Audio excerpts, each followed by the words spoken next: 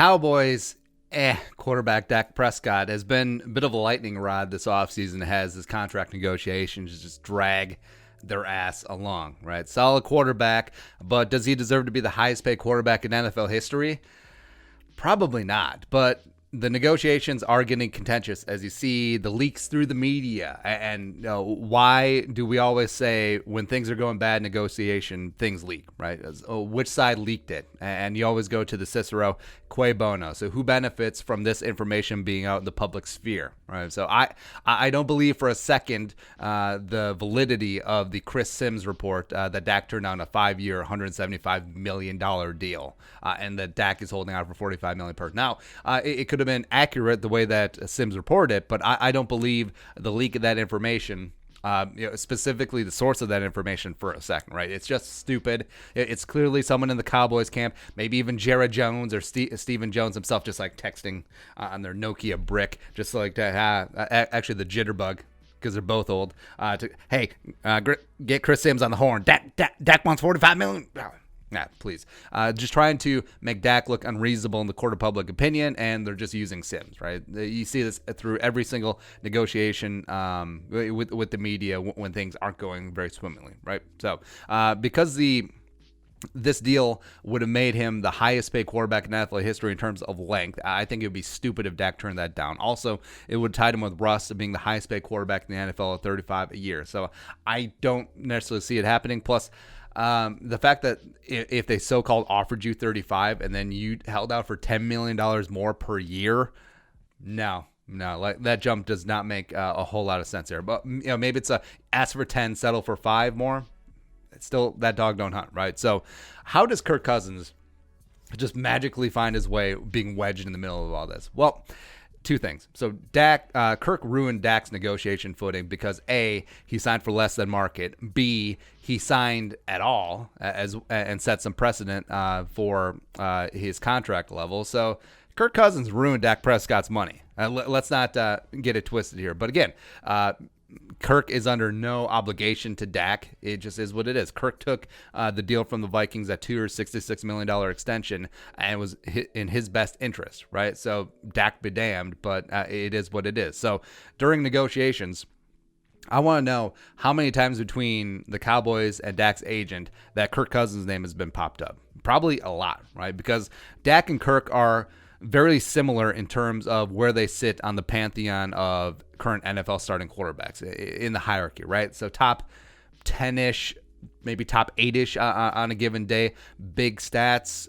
You're afraid that you can't do better, but also in the back of your mind, you're thinking, we're paying top tier dollar for Dak Kirk?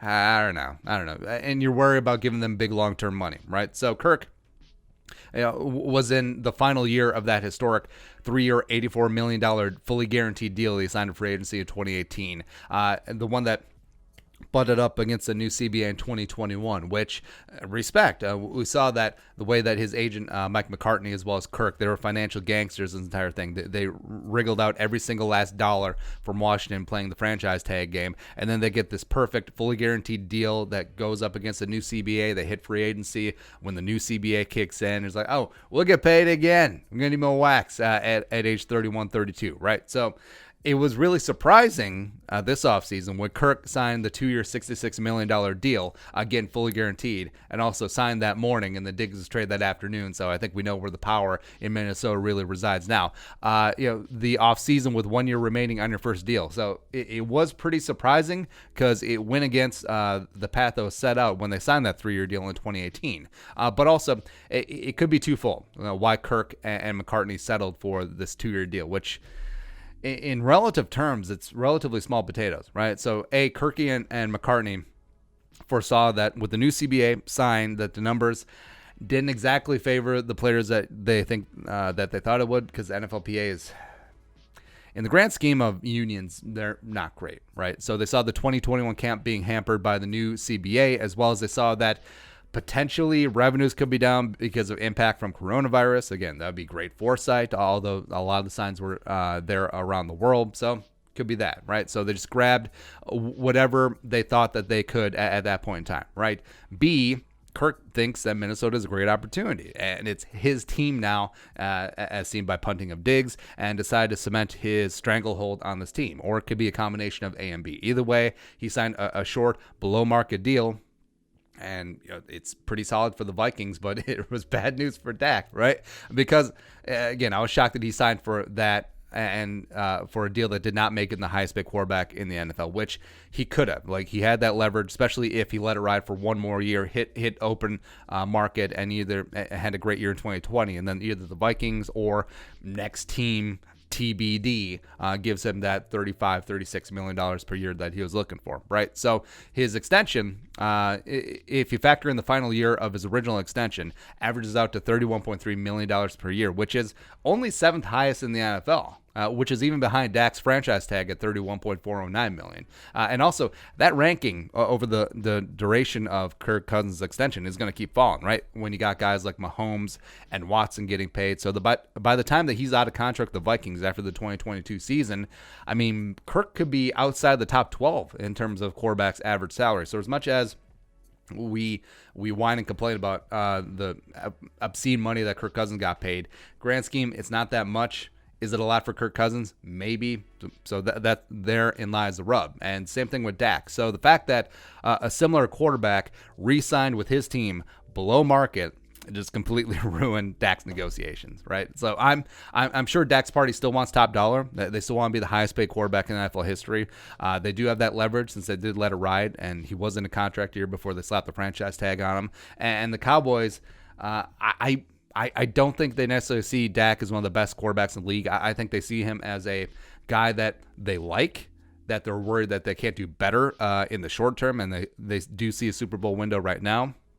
But also, they see Kirk settling for less on an extension, and they're like, aha.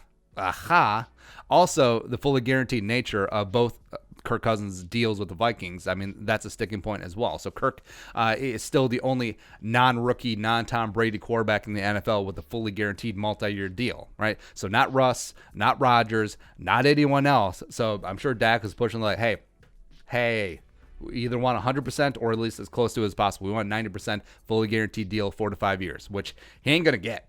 It ain't just going to happen, right? So not only is Dak likely pushing for big money, but big guaranteed money. And that's where negotiations are stuck. I don't really see the Cowboys budging on one of those tangents, and definitely not both of those, right? So it would have greatly benefited Dak if Cousins broke the bank. Cousins signed a 2-year, $72 million fully guaranteed extension, because then Dak could be like, aha, there we go, let's go. Or if he didn't sign at all, he didn't set that precedent of settling for less with his current team, right? And just played out the final year of his deal.